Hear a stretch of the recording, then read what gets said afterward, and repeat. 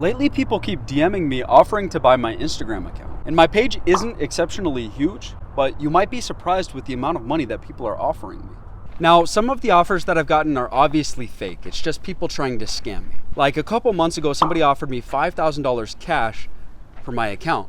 And at that point, my reach was 60 million accounts per month, but I only had 30,000 followers.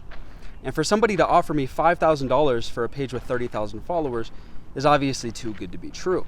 But the thing is, even after getting some of these fake offers or these scam offers, I've gotten some more realistic offers from multiple people. A more realistic offer that I got was for $200 to $1,000. And that could be a scam too, for all I know. I didn't really press forward and ask to see how legitimate that one was. But once again, that's not the only offer that I've gotten. So if I keep getting all these offers, naturally the question becomes, am I going to sell my account? And if so, for how much? Now, realistically, there are very few circumstances that I would even consider selling my page for. And it's not gonna be $200, $1,000, or even $5,000. And the reason being is I'm not in this Instagram game. I'm not in my page so that I can make a quick buck. I'm trying to grow this page over an extended period of time so that I can have a long-term asset that produces money for me for years to come. And I get that it's a whole side hustle on Instagram to try and blow up these accounts really fast, turn around and sell them to somebody else. But I have to wonder, is it really that much more effort to hand somebody else the account and have them manage it, and then you just collect a smaller percentage of the profits, but you retain ownership? Because in business, ownership is the name of the game. I tend to be of the opinion that I don't ever want to sell something that I have ownership of unless the amount of money is going to create significantly more opportunity for me.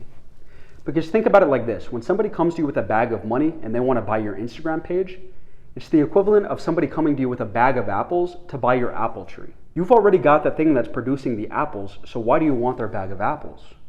Instagram pages, if you take care of them and you keep growing them, will eventually make you money. So why would you want to take this short-term money when you could potentially make more in the long run?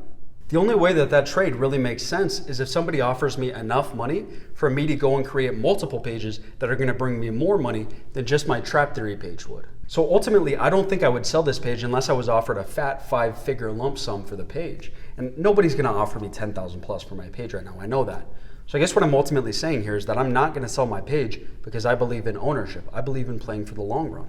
And if you guys appreciate this kind of transparency and you guys want to know more Instagram growth hacks that really work right now in 2022, go ahead and hit subscribe. I'm not some all-knowing Instagram guru. I'm somebody at a pretty basic level just like you guys, sharing what I found works and sharing what I know. So God bless you guys. Thank you for tuning in and watching, and have a good one, man.